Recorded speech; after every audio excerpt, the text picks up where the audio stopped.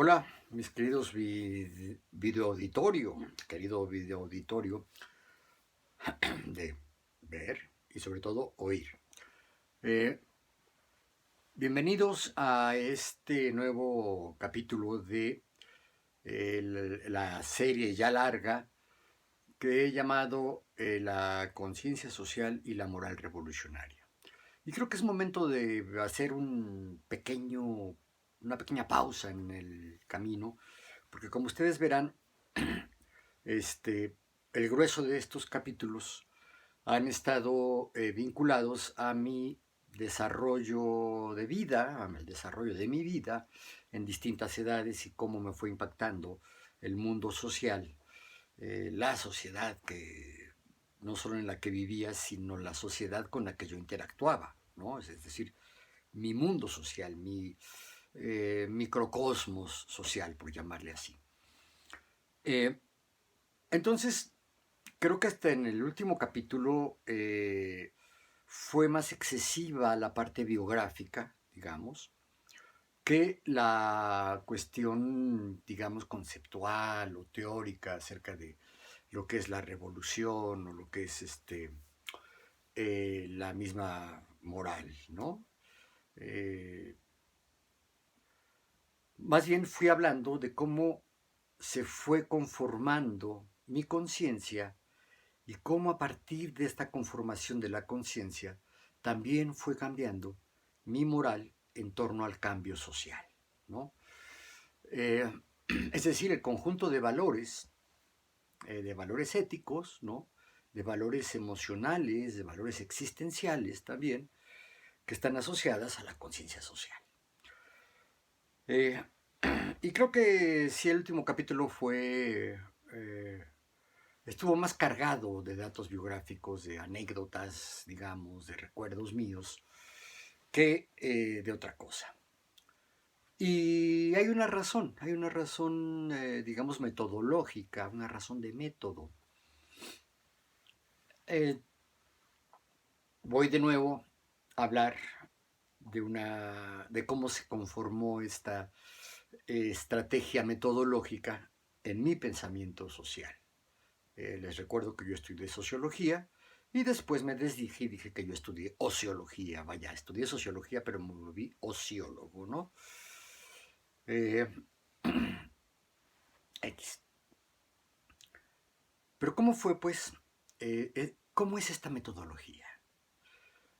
También cuando yo estudié la carrera, que como les decía hice más créditos de los que debía haber hecho, sin embargo, por no respetar los requisitos, las seriaciones, la periodización, este, y también las materias optativas, porque yo me inscribí a una que no me gustó, la abandoné y al siguiente semestre me inscribí a otra, la abandoné hasta que por fin me gustó una.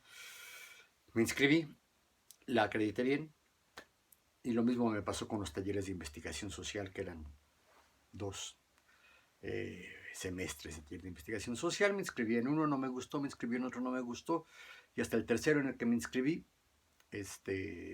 me gustó muchísimo, un taller de investigación social sobre la cultura popular en México, y me fue muy bien, me gustó mucho la materia, me clavé, estudié, hice trabajos muy importantes, que después tuve oportunidad de publicar. Eh, pero desde en esta carrera, pues, que les decía, con esto les quiero decir, pues, que yo sí estudié la carrera. Dejé pendientes algunas materias porque abandoné, regresé. Este, y finalmente se quedó trunca, ¿no? En el CARDEX, en el archivo pues sí, de control escolar, donde está pues mi historia académica. Y mi historia académica pues dice que yo hasta la fecha debo 7 materias de la carrera, pero cuando yo hice la suma de los créditos que sí acumulé de las materias que en realidad sí cursé, si no mal recuerdo, mi carrera tenía 320 créditos, ¿no? Más los requisitos de titulación y todo esto, ¿no? Y yo tuve más de 450 créditos, ¿no? por las materias adicionales que hice fuera del plan de estudios. Esos evidentemente no cuentan, porque me faltaron 7 materias de las básicas, de las que sí están en la tira de materias. El caso es que yo sí considero que tuve una formación académica sólida, muy sólida, tanto así que me atreví a innovar y a hacer propuestas de corte metodológico, de corte conceptual, de corte teórico, ¿no? Y me pasó una cosa muy curiosa, porque en todos estos años en que estudié la carrera, porque he de haber invertido en total una suma como de 7 años en hacer la carrera y no terminarla, ¿no? Sin embargo, siempre me desempeñé como académico, ¿no? Desde que consigo una chambita en la SEP, y di clases a nivel maestría, incluso a nivel doctorado. Por supuesto, el grueso de mis experiencias docentes fueron a nivel de licenciatura. Yo fui maestro de licenciatura durante muchos años, tanto en la UNAM, en la ENEP-Acatlán, como en una normal particular del estado de Guerrero, como en las escuelas normales de aquí de la Ciudad de México. Y me fue bien, en todos lados me fue bien. Pero con esto pues les quiero decir que sí, sí tuve pues una formación sólida, pero también pues por muy sólida que sea pues siempre hay lagunas, ¿no? Habíamos estudiado a los grandes teóricos de la sociología en varias materias, ¿no? Teorías del cambio social, teoría sociológica 1 y 2, y otras. Y por ahí se aparecían de pronto lecturas de un autor sociólogo norteamericano que tuvo su etapa productiva, digamos, entre finales de los años 40 y principios de los años 60. Este señor es Wright Mills, Charles Wright Mills. Y tiene obras que son básicas para la sociología, ¿no? Para el pensamiento sociológico. Y sus planteamientos son sumamente originales. Yo desde que era estudiante ya andaba con la inquietud de vincular la parte personal, la parte individual, las historias de vida, ¿no? Es decir, la intervención individual en la historia, ¿no? Porque de alguna manera, en los estudios de nivel básico y de nivel medio, ¿no? Primaria, secundaria, bachillerato, pues la historia que nos enseñan es la historia de la obra de los grandes hombres, ¿no? De los hombres que pasaron a la historia y son próceres de la historia, para bien o para mal. Y pareciera ser, ¿no? Y hay muchos libros de historia escritos así, que van estudiando la obra de grandes personalidades, ¿no? Y eso pues más o menos va dando una reconstrucción de la sucesión de hechos históricos, ¿no? Entonces esta es, digamos, la tendencia natural, ¿no? De los que son estudiosos de la historia, de basarse en la obra de los grandes hombres, ya sean políticos, ya sean líderes sociales, ya sean estudiosos de la propia historia, ¿no? Escritores, periodistas, etcétera, etcétera, etcétera. Entonces son las biografías, ¿no? La materia prima de esta forma de estudiar a las sociedades en su devenir histórico. No tanto por eso, sino por una inclinación también de corte literario. Cuando yo andaba en esas edades, ¿no? De terminar el bachillerato, definir qué carrera quería, pues por supuesto que hay por lo menos pues, 2 ejes, ¿no? Que uno tiene en cuenta muchas veces inconscientemente y los revuelve, en fin.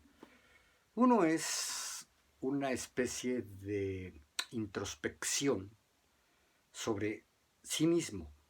¿Qué es lo que te gusta? ¿Qué es lo que te llama la atención? ¿No? Y otro es el futuro, ¿no? ¿En qué me gustaría trabajar? ¿De qué me gustaría vivir? Entonces, como bien lo dice Wright Mills también, el hecho de escoger una carrera universitaria, no solo estás escogiendo un campo del conocimiento, estás escogiendo un estilo de vida, una profesión, un modus vivendi. ¿De qué te vas a mantener? ¿A qué te vas a dedicar? Y bueno, también ahí yo tuve muchos desencuentros a la hora de vincularme con el personal sociológico, con los sociólogos ya formados, ¿no?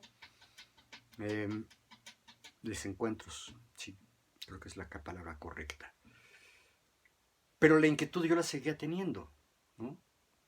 Yo tenía facilidad para pensar los hechos sociales. Y una de las cosas curiosas que me sucedieron con Wright Mills es que yo nunca lo leí a lo largo de toda la carrera. Ya cuando había abandonado, cuando estaba en uno de esos regresos para ver si pasaba algunas materias, me inscribí primero con la generación que seguía de mí para tomar algunas materias, ahí acredité algunas, y me inscribí hasta en una segunda generación después de la mía para tomar esas materias y acreditarlas, ¿no?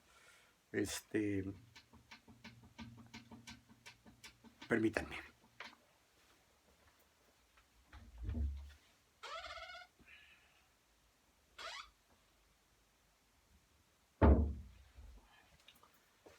Otra vez mi gatita, ahora se quería salir.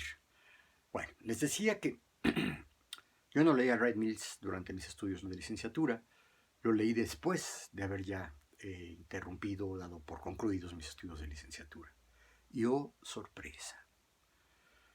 Mills escribió, entre otras cosas, un libro que es su introducción a la sociología que se llama La imaginación sociológica.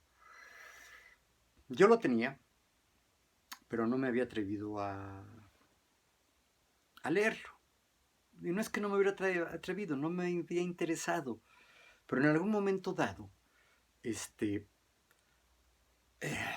cuando mis propios estudios me permiten descubrir, a mí en lo personal, vaya, un descubrimiento para mí, una innovación para mí, una novedad, que los seres humanos actuamos mucho por la imaginación. Y conste que aquí me queda claro, y me quedó claro desde entonces, que la imaginación no es la ficción, ni tampoco la fantasía, ¿no? La imaginación es la capacidad de pensar en imágenes, de construir imágenes para entender el mundo. Entonces, cuando me cae este 20 y veo en mi librero el libro La imaginación sociológica, dije, a ver qué dice este hombre. Yo ya había leído a Wright Mills en otra obra, en una especie de reportaje casi periodístico que hizo en la Cuba, recién triunfante la revolución, sobre la revolución de Fidel Castro, ¿no? Ya estaba satanizado el régimen cubano por los Estados Unidos. Mills es un sociólogo norteamericano.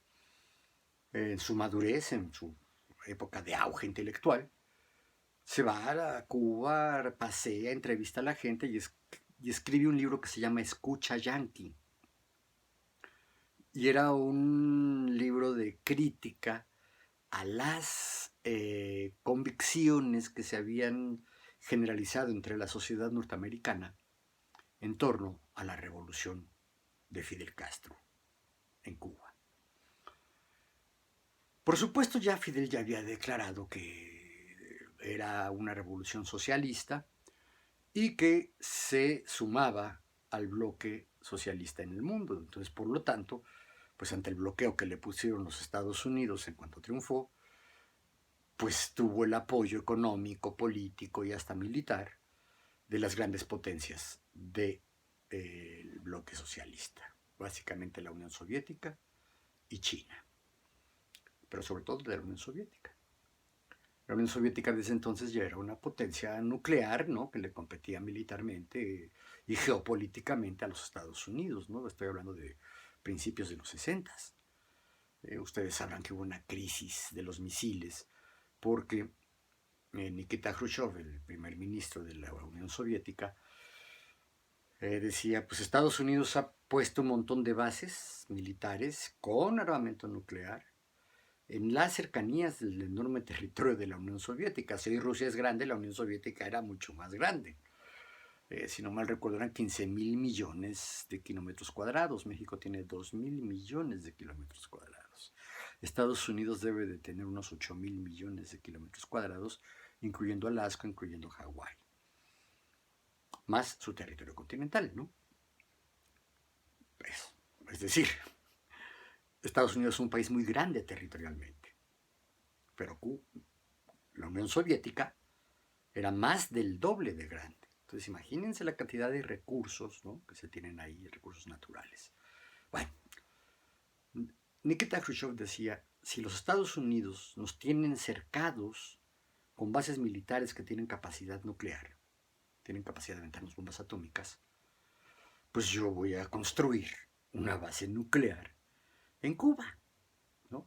También muy cerquita de los Estados Unidos. Tengan en cuenta, si no tengo mala cifra, tengo entendido que una de las puntitas de la isla de Cuba está a unas 70 millas de una de las puntitas de uno de los cabos de la Florida, ¿no? Es decir, está muy cerquita, son 70 millas. Deben de ser 120 kilómetros, ¿no? Pues para un misil, para un avión supersónico, pues, ¿qué le cuesta? En un instante está allá. Hubo una crisis, creo yo, estoy convencido de que fue el momento más cercano a una conflagración nuclear entre las dos potencias, la Unión Soviética y los Estados Unidos. De ese tamaño era el encono del pueblo y del gobierno norteamericano contra Cuba. Entonces, cuando yo veo Wright Mills, sociólogo norteamericano, que ya había muerto y ya sabíamos cómo había muerto porque un maestro de sociología nos lo contó. Ustedes sabrán que también en finales de los 50, creo que casi toda la década de los 50 y principios de los 60, hubo un senador norteamericano de apellido McCarthy, que de pronto en Estados Unidos es muy sencillo, se hace rápidamente, que de pronto el Senado o la Cámara de Representantes, el Congreso, pues, se instituye como una corte, ¿no?, una corte judicial. Es decir, convocan a presuntos autores de diversos delitos o de faltas, ¿no?, a la vida social norteamericana, los llaman a audiencias con un abogado defensor, ¿no?, y nombran sus fiscales, los senadores o los representantes nombran sus fiscales y acusan y atacan, y luego hay una deliberación en el propio Congreso y deciden si es culpable, no es culpable y qué tipo de sanción se le va a dar. McCarthy se aprovechó de esto y mandó llamar a centenas de personas que eran sospechosos de ser comunistas. El gran enemigo era el comunismo, como hasta la fecha sigue siendo, ¿no? Real o imaginario, la afiliación comunista, el partidarismo por el comunismo de ciertas personas, los llevó a tener estas audiencias en el Comité de Defensa contra el Comunismo, algo así se llamaba el comité que había formado McCarthy. Y de ahí prácticamente todos los que pasaron por allí fueron declarados culpables y sentenciados a distintos tipos de penas, ¿no?, dependiendo de el daño ideológico, el daño moral, el daño político que hubieran podido causar estas personas. Wright Mills, por el hecho de haber publicado su libro Escucha Yankee, donde hace ver que los cubanos estaban de acuerdo con la revolución y que eran un pueblo alegre, era un pueblo pacífico, que incluso admiraban muchos de ellos, y creo que hasta la fecha hay muchos cubanos que admiran a los Estados Unidos. Entonces eso fue lo que escribió, ¿no? Esa fue la intención, decirle al lector estadounidense y al gobierno estadounidense que no tenía de qué preocuparse, ¿no?, que ni eran tan comunistas como se decía, ¿no?, y que el comunismo no era lo que la ideología capitalista, ¿no? Hoy diríamos neoliberal, dice del comunismo, ¿no? El comunismo es un proyecto histórico, un proyecto a futuro. No ha habido ninguna sociedad comunista, por lo menos desde que desapareció el comunismo primitivo con el hombre de las cavernas. Es lo que quiso decir Wright Mills. Pero como se llamaba Escucha Yankee, era una especie de retrato positivo de la revolución cubana, pues fue declarado comunista. Pero, como era un intelectual muy prestigiado y muy leído en los Estados Unidos, no he estudiado eso, pero yo creo que estaba a la altura de lo que hoy puede estar, por ejemplo, Noam Chomsky, ¿no? Es decir, un intelectual de las ciencias sociales que tiene una gran influencia en la conformación de la opinión pública norteamericana. Por esa gran influencia no es capaz de vertebrar un movimiento social, un partido político, nada de eso, ¿no? El caso es que Wright Mills es encontrado culpable y es declarado loco, ¿no? Es que está demente. Porque la defensa de Wright Mills fue brillante. El tipo era sumamente inteligente y muy conocedor, entonces él se defendió solito eh, y los hizo, los puso en aprietos, pues, ¿no? En la discusión de si era culpable o no era culpable. Los exhibió eran senadores, creo, como muy ignorantes, ¿no? Muy prejuiciados, ¿no? Y cuestionó también la existencia de ese comité que se encargaba de perseguir a los comunistas, ¿no? Bueno, el comité le valió gorro, lo declaró culpable y lo sentenció a una pena no de prisión, sino de hospital psiquiátrico. Lo mandaron a un hospital psiquiátrico y por supuesto yo supongo que con todas las consignas en contra de Wright Mills. Y Wright Mills no era tan viejo de haber tenido unos 60 años, si acaso. Pues lo mantienen drogado, lo mantienen con ansiolíticos, con calmantes, con somníferos, ¿no? Con antiepilépticos, pues porque esos son los tratamientos en los hospitales psiquiátricos, ¿no? Aislamiento, lo tenían aislado. Se enferma, adelgaza y pierde la razón. Ahí sí, lo vuelven loco, ¿no? Hay muchas películas, por ejemplo, que exponen estos detalles. Si alguien por alguna razón está en el uso íntegro de sus facultades mentales, pero cae internado a un hospital psiquiátrico, en el hospital psiquiátrico lo van a volver loco, ¿no? Está esta película norteamericana con Jack Nicholson, que fue la primera película que yo le vi a Jack Nicholson, maravillosa. Aquí se llamó Atrapado y sin salida, pero el título original es One Flew Over Cuckoo's Nest, es decir, un vuelo sobre el nido del cucú. Narra situaciones de estas, ¿no?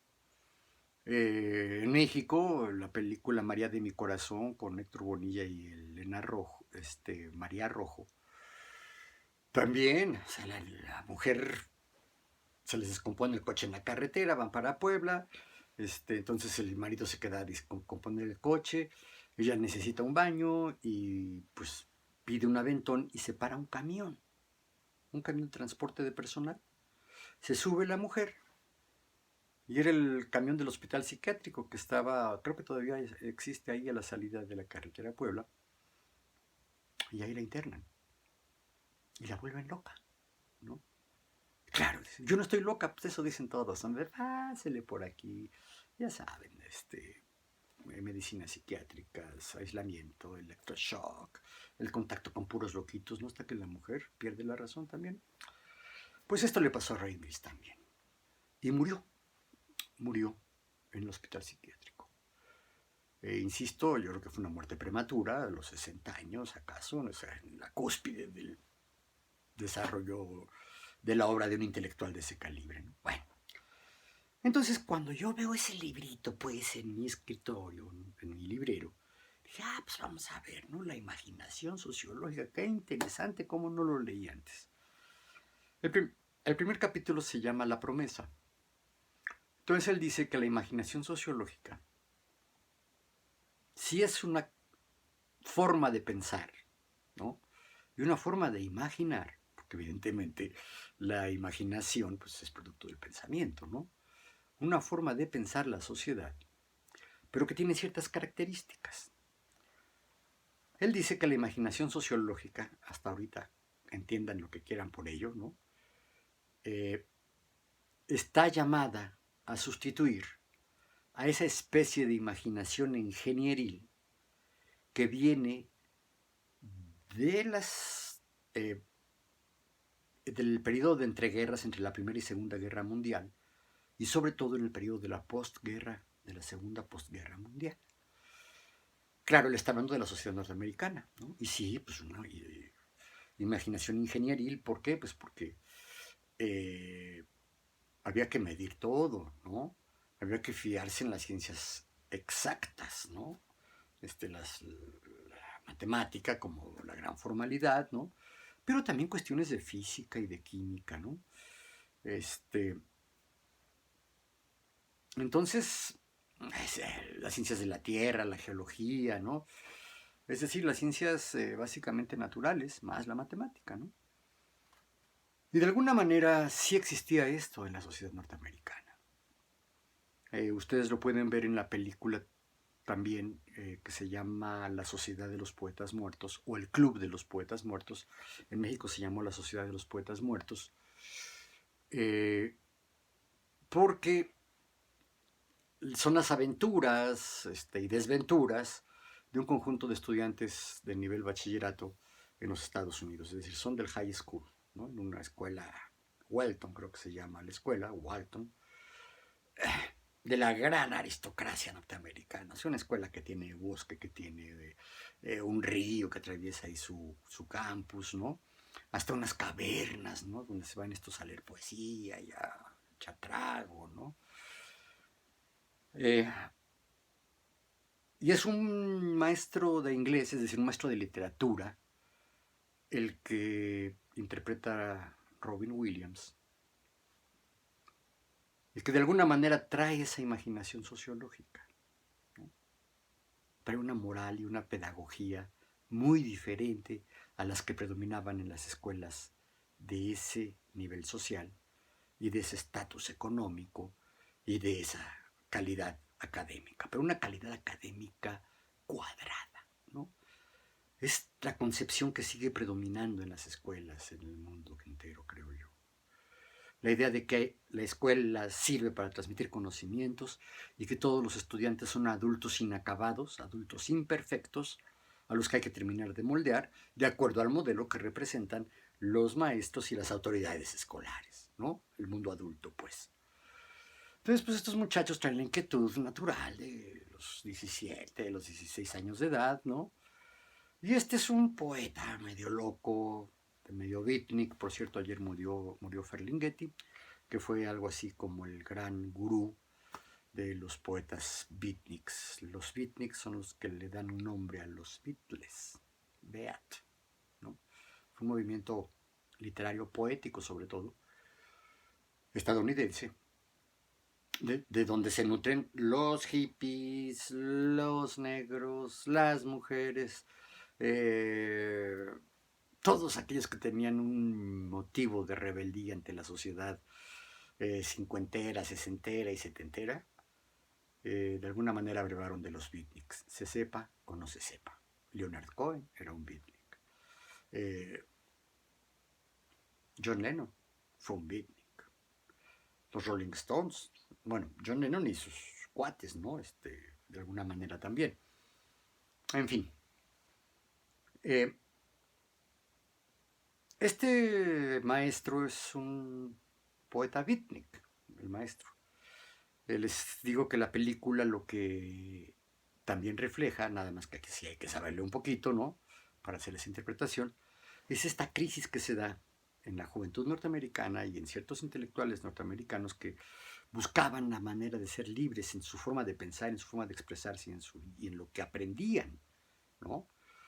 Eran verdaderos tránsfugas de los saberes académicos estatizados, ¿no? Porque había que aprenderse las fórmulas, las traducciones, tal como estaban escritas en los libros y tal como lo hicieron los grandes educadores y académicos que habían vivido, que les gusta, 10, 20, 50, 100, 200, 500, 1000, 2000 años atrás, ¿no? Y tomarlos a pie juntillas, ¿no?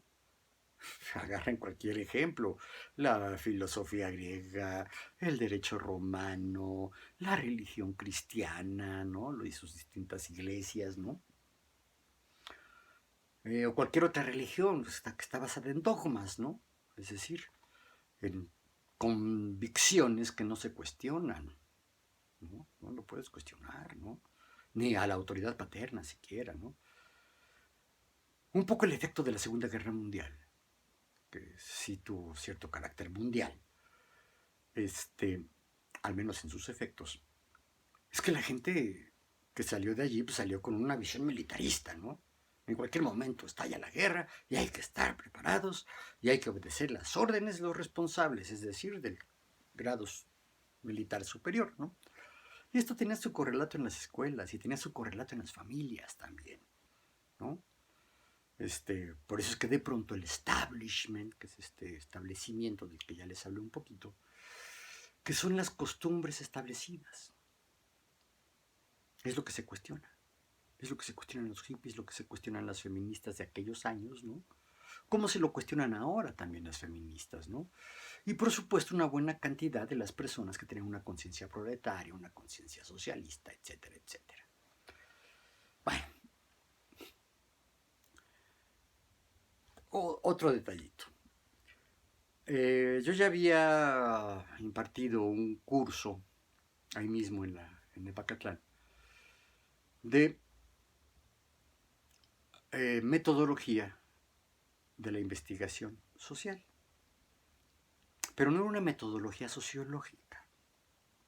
Más bien, en ese entonces todavía había una confusión entre los métodos de estudio, los métodos del trabajo académico, métodos y técnicas de trabajo académico, sobre todo la investigación documental, pues, ¿no? Con la metodología sociológica, la metodología de la investigación social. Cuando yo doy este curso, el jefe del departamento que me contrató, mi cuate Alejandro Payá, le agradezco mucho, nos pidió que a otro maestro, que era un viejo periodista, bueno, no era tan viejo, ¿no? Lo que pasa es que yo era muy joven, yo tendría 22, 23 años, no, tal vez menos, apenas rebasados los 20, pues ya había yo desarrollado la idea, leyendo a Wright Mills, como resultado de mis lecturas de Wright Mills, que efectivamente que el estudiante era una especie de artesano intelectual. De hecho, el apéndice de ese libro que les digo, que se llama La imaginación sociológica,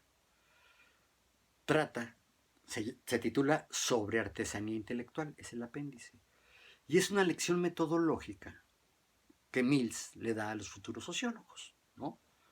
Pero no está llena de postulados teóricos y recomendación de herramientas de recopilación de información o de sistematización de la información, no. Es una especie de anecdotario de sus distintas investigaciones, ¿no? Bueno, entonces, yo ya, cuando di este curso, me pongo a pensar porque no me gusta para nada el curso. O es redacción o es método de investigación. Y finalmente ni siquiera es un método de investigación. Todos los libros que se publicaban entonces hablaban del método científico aplicado a las ciencias sociales o el método científico aplicado a las tareas estudiantiles, ¿no? Y decía, no, la ciencia está en otro lado, la ciencia se produce diferente, no está en un aula, por muy de licenciatura que sea, ¿no? Ni tampoco lo que tiene que hacer el estudiante es necesariamente científico. Entonces, con esta analogía basada en la historiografía del materialismo histórico, que explica que la primera unidad económica del capitalismo fue el taller artesanal. Es decir, el taller en el que un artesano fabricaba o reparaba pues artilugios muy elementales, una carreta, un molino, algunas armas, ¿no? Ya estoy hablando de finales de la Edad Media, un arcabuz, una pistola de esas de pirata, ¿no? Barcos, ¿no? Entonces, era el taller artesanal, bajo la idea de que el artesano trabaja básicamente con sus manos, con muy poco desarrollo tecnológico de sus medios de producción, con herramientas muy elementales, ¿no? Con equipos de gente pequeños, ¿no? Y donde casi no hay división técnica del trabajo. Y está muy claro que por ahí del siglo XVII, XVIII, cuando se da la famosa revolución industrial y se da el despegue ya de un capitalismo sólido, robusto a nivel mundial, y surge la gran industria, ¿no? Y todo el desarrollo capitalista del siglo XVII, XVIII, XIX y XX se basó en la gran industria. Pero la industria tiene su origen, su fundamento en el taller artesanal. Entonces yo pensando en esto, dije yo, es que lo que hace un estudiante se parece más a lo que hace el maestro artesano, porque además le impregna su sello personal a su obra. No son todavía las mercancías en serie, donde pues toda la maquinaria, toda la técnica que aplican los trabajadores, los obreros, están subordinados al diseño original, ¿no? Entonces, por más que ni siquiera se les ocurre, pues, a los obreros, ¿no? Imagínense un trabajador en una fábrica de autos que se le ocurra hacer alguna modificación que les gusta a la caja de velocidades, al sistema de tracción, a la dirección. Pues nomás no se prevén los resultados, ¿no? No se vale. En cambio, el artesano hace un objeto útil, pero que les da un sentido estético, personal. Es decir, le pone su toque. Digo yo, es que esto les pasa a los estudiantes. Es inevitable que el estudiante le ponga su toque a las obras académicas, a los trabajos académicos que realiza, ¿no? Cada quien lee según se le pega la gana, ¿no? Hay unos que sí son muy formales, se sientan ante un escritorio, una lamparita del lado izquierdo con luz indirecta, es su libro inclinado, ¿no?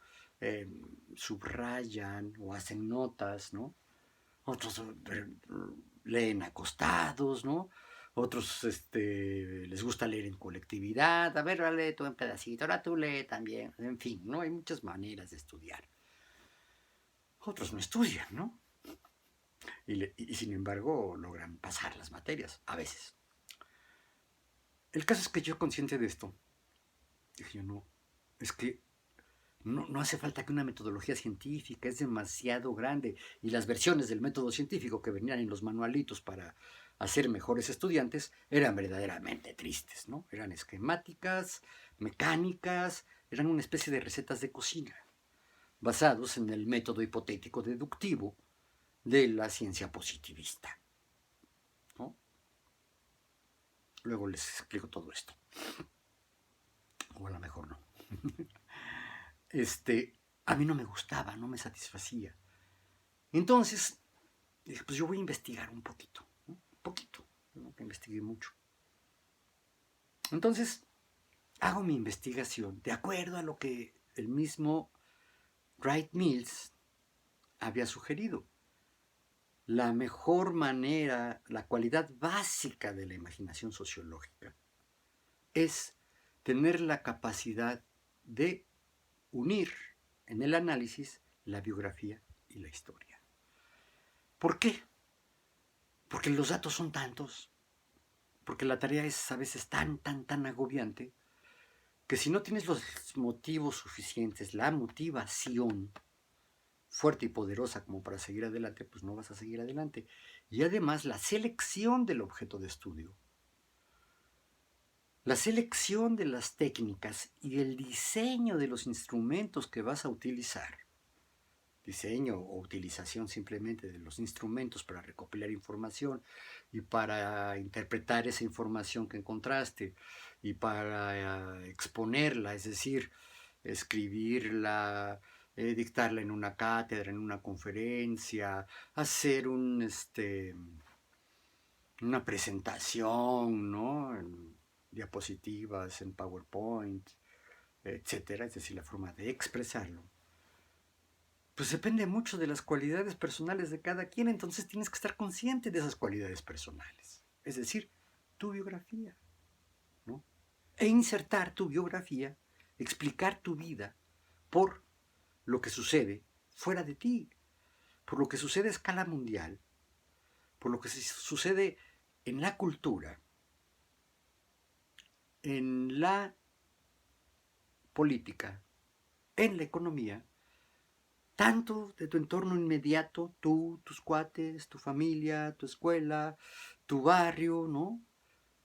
Tu estado, entidad federativa, tu país, tu continente, tu mundo, ¿no? O sea, el mundo. Porque todo eso te afecta y te va modificando. Yo para esas fechas ya tenía un largo rato de estar ejercitando y pensando y escribiendo, ¿no? A veces cuestiones angustiosas, ¿no? De que pues, no me hallaba yo en el mundo, ¿no? O bien cuestiones muy bonitas, ¿no? De pues, mis logros, mis triunfos, mis descubrimientos, ¿no? Mi gran popularidad, que la he tenido en distintos momentos de mi vida. En fin. Y también pues, mis cualidades personales, ¿no? Es decir, mis aptitudes. Pues sí, pensante, sí. Bueno para hablar, sí. Malísimo para dibujar. Bueno para escribir, sí, más o menos, ¿no? Entonces, pues ya era yo muy consciente de qué es lo que trabajaba en términos académicos. Y dije yo, y si yo les voy a dar esta materia que tiene como objetivo, esa era una materia que se impartía en el primer semestre, pero no estaba en la tira de materias. Es decir, los grupos no tenían el horario de esa materia. Esa materia se metía en los horarios más libres, ¿no? Se ofrecían varias opciones para que los alumnos eligieran con quién tomar la materia y había que presentar la acreditación de la materia para inscribirse al tercer semestre, es decir, la podías hacer en el primero o en el segundo semestre. Y esa fue la primera materia que impartí. Y esa fue la materia que mi jefe de departamento, Alejandro Payá, nos pidió a mí y al maestro Leopoldo, no me acuerdo, periodista, teníamos que impartir.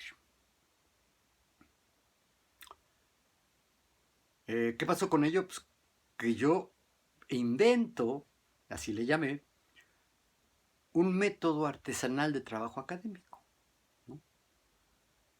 Y no tiene ninguna técnica definida, no. Más bien trata de que el estudiante sea capaz de sistematizar las actividades de estudio, pero también las de recreación.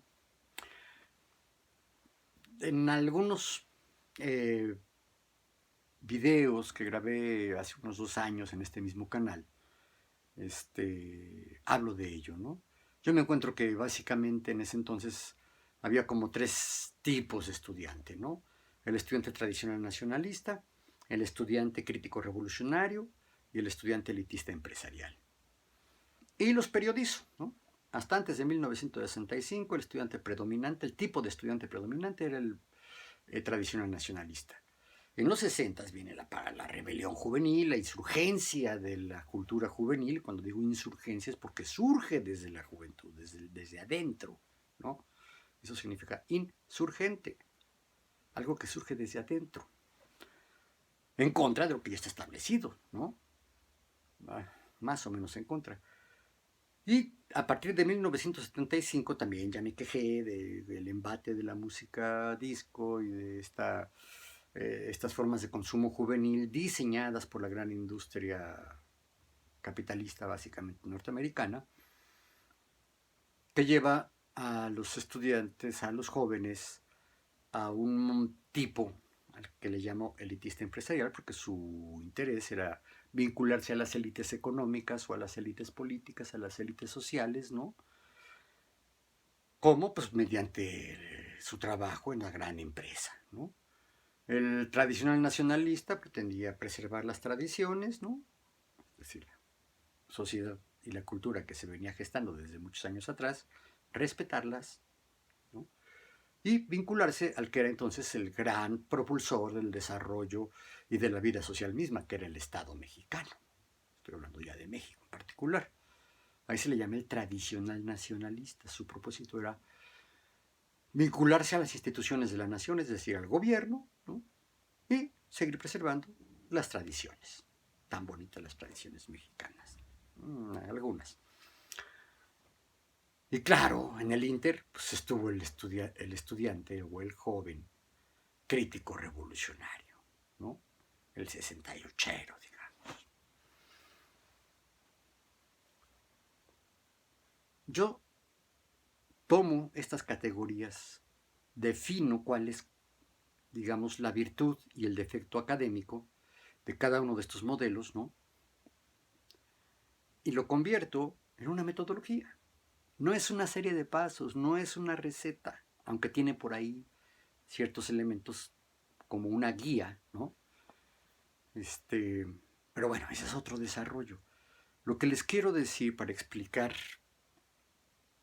la gran carga biográfica y anecdótica y de vivencias personales mías, ¿no?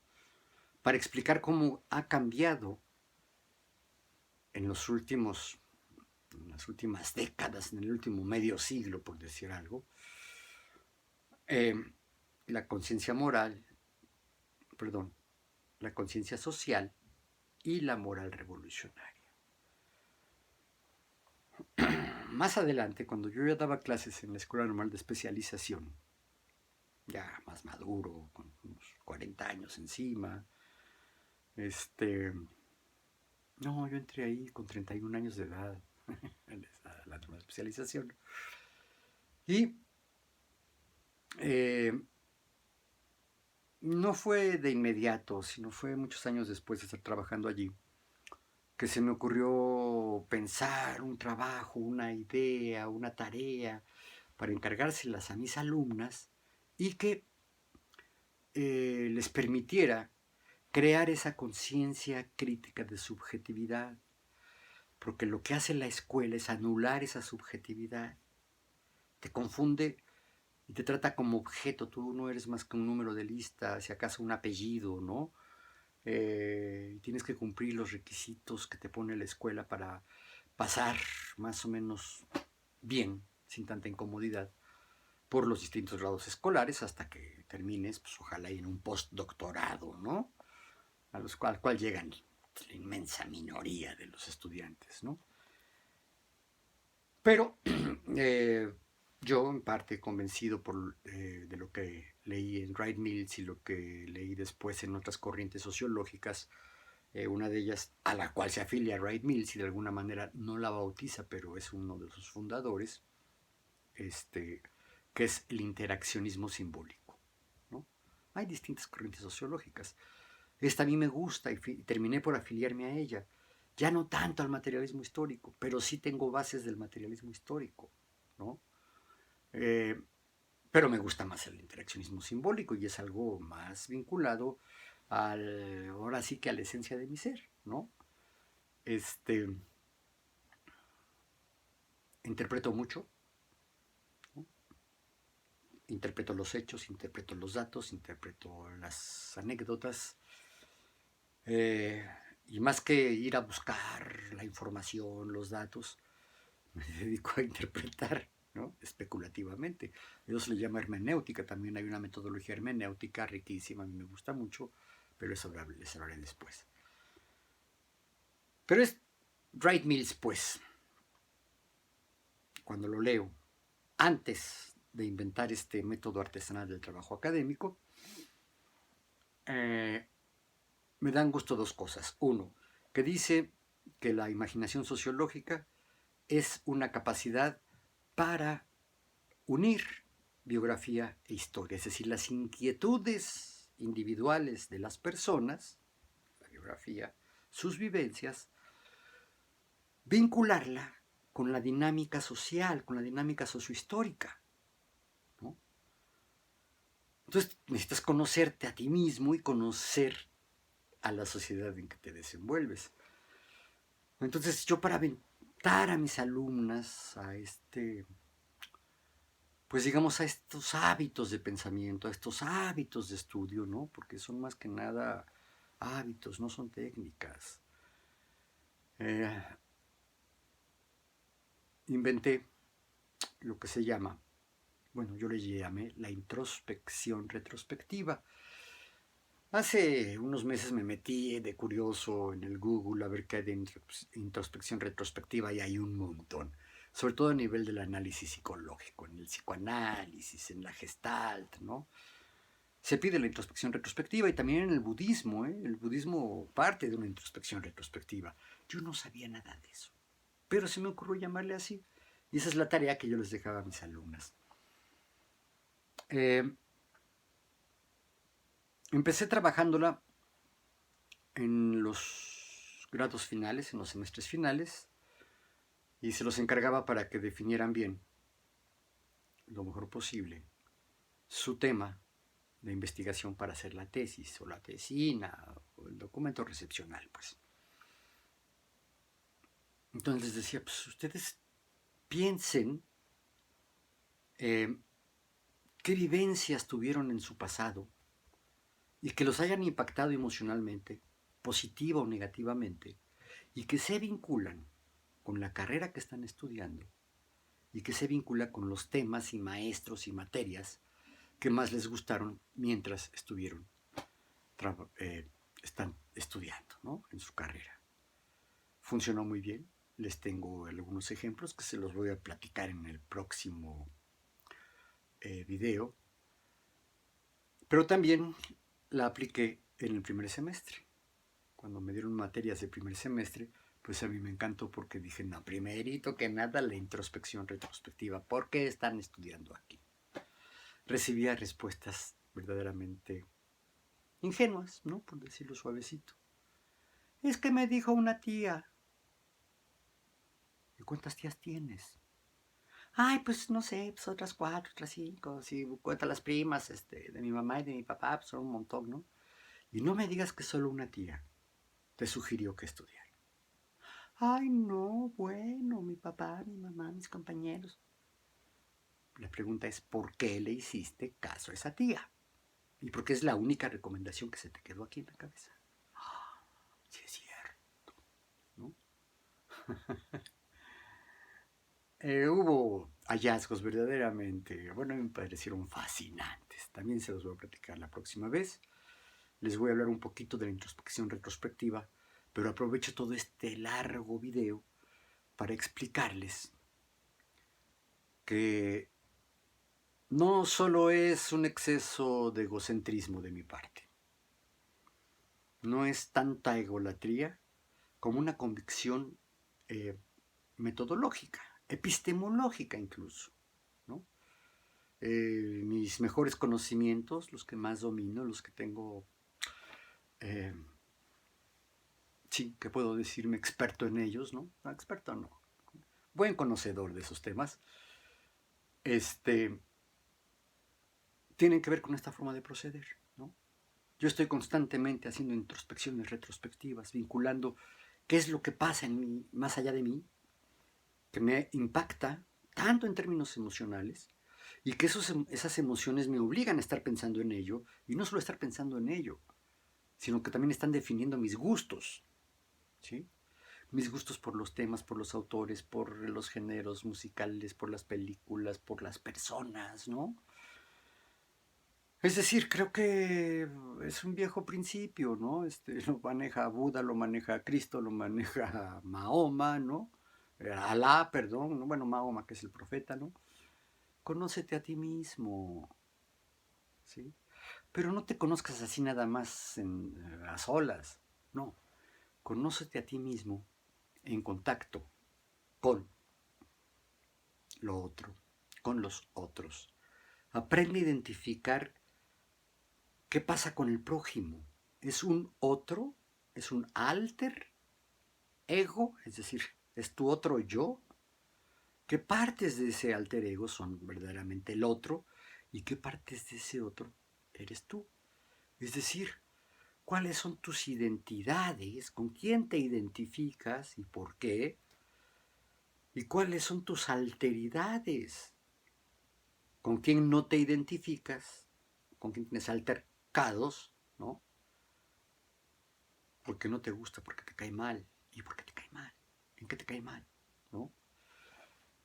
Entonces, pues no solo es un aprendizaje, una forma de adquirir conocimientos o de acreditar materias. No, esencialmente es para que crees una conciencia crítica de subjetividad.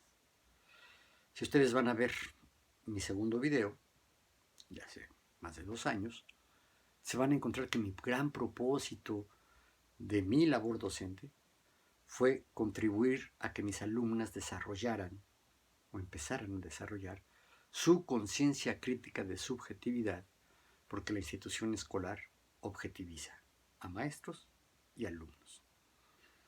Entonces, ¿por qué esta serie de videos que se llaman Conciencia Social y Moral Revolucionaria tienen tanta anécdota? Pues porque estoy siendo fiel a este principio metodológico, epistemológico, epistémico, digamos, y metódico de cómo construir el conocimiento y cómo exponerlo. Si yo sí puedo hacerlo, pero no me gusta, me da flojera, me aburro, ¿no? Si yo les doy una exposición sistemática de todo esto, va a ser un rollo. Pues a algunos les gusta así, ¿no? Complicado, complejo, necesitaría reforzar con seguramente gráficas, por lo menos, dibujitos, ¿no? En un pizarrón. Pero no tenía un pizarroncito, nada más que, pues como mi nieta está creciendo, pues le encanta. Es un pintarrón de hule, de plástico, ¿no? Pues ya nos lo echamos, ¿no? Ya valió ese. Y no tengo otro, ¿no? Y tampoco tengo laptop, no tengo computadora, ahorita estoy pasando por una etapa difícil en ese sentido. Así como para empezar a jugar con videos, con recortes, con imágenes, insertarlos mientras yo sigo exponiendo, ¿no? He preferido hacerlo así, como lo están viendo aquí, a pesar de que me salen los rollos muy largos. Tengo muchas visualizaciones en estos últimos videos de esta serie. Es la que más éxito ha tenido en términos de visualizaciones, pero no sé si estas visualizaciones sean completas. Me parece que no, porque tengo muy pocos likes, aunque casi todos, con excepción del último que está atorado en 93 visualizaciones desde hace 3 días. Y todos los demás rebasaron las 100 visualizaciones. Uno anda arriba de 180 visualizaciones, ¿no? Y para el récord que yo tengo, pues es mucho, ¿no? Entonces creo que esto, pues por lo menos llama la atención. Quienes aguanten unos minutos, o ojalá aguanten todo el video completo, pues se darán cuenta de que trato de ser un poco más, bueno, no trato, así me sale, ¿no? Salpicado de anécdotas personales para enfatizar que es mi punto de vista, ¿no? Por supuesto es compartible, por eso lo expongo aquí. Pero además sí pretendo ser un poco más cálido, ¿no?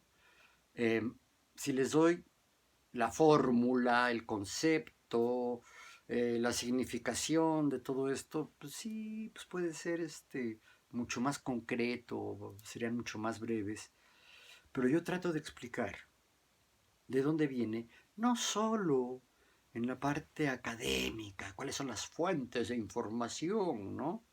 No. Trato de explicar el sentido que yo le doy y de alguna manera así proyectarme hacia ustedes y que vean pues una parte que a mí me parece buena, valiosa y honesta, ¿no? No les estoy escondiendo cosas.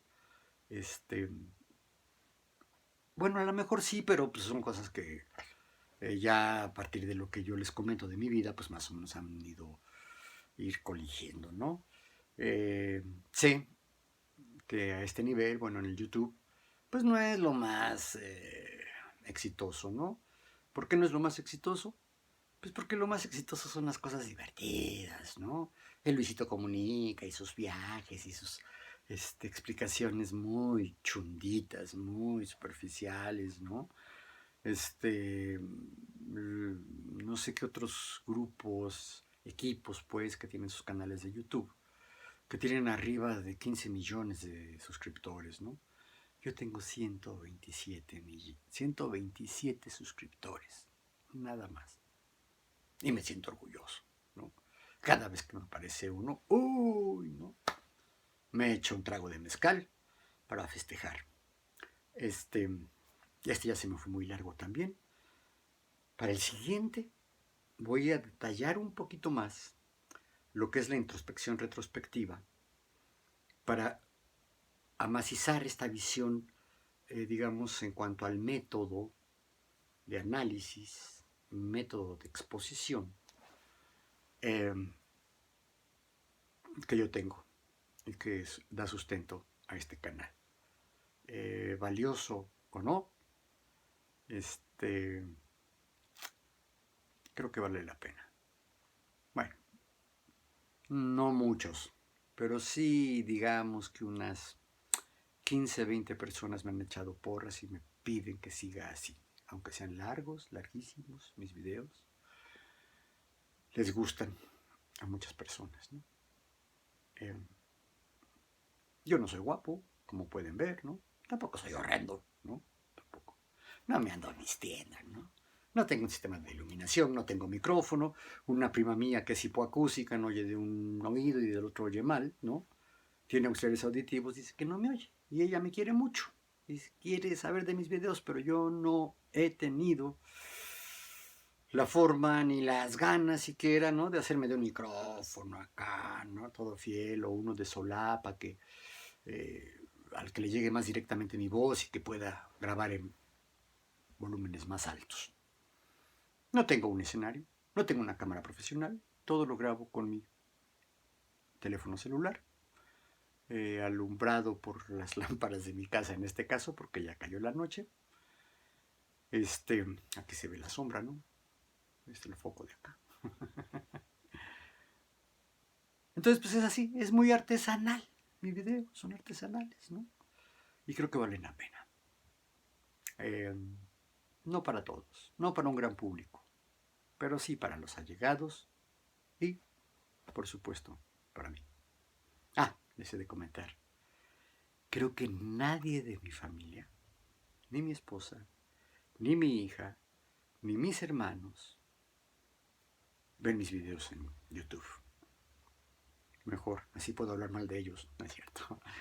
Nos vemos, espero que pronto. También les hago una aclaración. Tardo mucho porque pues, es por pura inspiración, ¿no? Cuando me dan ganas vengo y grabo.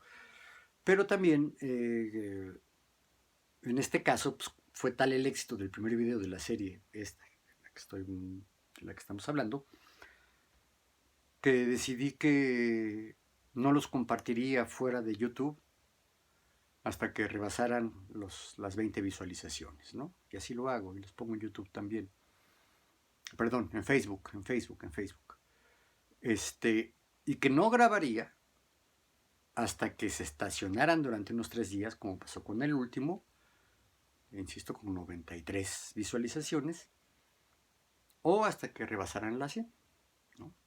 Entonces, pues, más o menos en una semana vuelvo a grabar, pero espero animarme a grabar antes para darle continuidad, pues, a esto y ya al final puntualizar conceptualmente qué pasa con la moral revolucionaria, cómo se está viviendo, cómo la estoy viviendo hoy, cuál creo que es la moral revolucionaria que debe estar imperando y la que se está difundiendo. Y no es mía, ¿no? Es del señor presidente de la República, pues que sí le anda tirando una república amorosa, ¿no? Que hippie, ¿no? O que cristiano, como quieran verlo. Pero creo que es importante, pues, porque yo también tuve mis momentos, mis deslices bélicos, ¿no? De la revolución armada, ¿no? Ya no es así. Creo que a nivel social, colectivo, poca gente está pensando en ello, ¿no? Aunque a veces la desesperación es, híjole, cómo me gustaría que ese güey lo fusilaran, ¿no? Pero bueno, esto se lo voy a platicar después. Insisto, nos vemos, espero que pronto, para hablar de la introspección retrospectiva. Bye.